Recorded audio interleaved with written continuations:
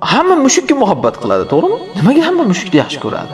Hamma silaydi uni, erkalatadi, yuvintiradi, taraydi, ovqat beradi, issiq sovug'iga qaraydi. Ayniqsa hozirgi nima, hojatxonasigacha muhayyo qilib berasiz mushukni. O'zi bir tiyinlik foydasi tegmaydi mushukni bizga. Ya'ni mushuk nima qilib beradi? Eshakka o'xshab yuk tashimaydi. Molga o'xshab sut bermaydi, go'sht bermaydi. Tovuqqa o'xshab tuxum bermaydi. Hatto bir ipak qurtiga o'xshab bir ipak ham bermaydi hatto. Nima beradi mushuk? Hech vaqo bermaydi, lekin hamma yaxshi ko'radi uchun. Bir xo'rillab bergani uchun bo'ldi, u yoqadi hammaga mushuk. Bir kelib surkalgani uchun bo'ldi, hammaga yoqadi u. Hamma shuning uchun uni paypaslab silab yeydi. Ko'ryapsizmi? Muhabbat qanaqa narsa? Muhabbat bir rizq bu. Agar quruq mehnat bilan bo'lsa, eshak eng mahbub hayvon bo'lishi kerak edi. Undan ortiq ishlaydigan yo'q.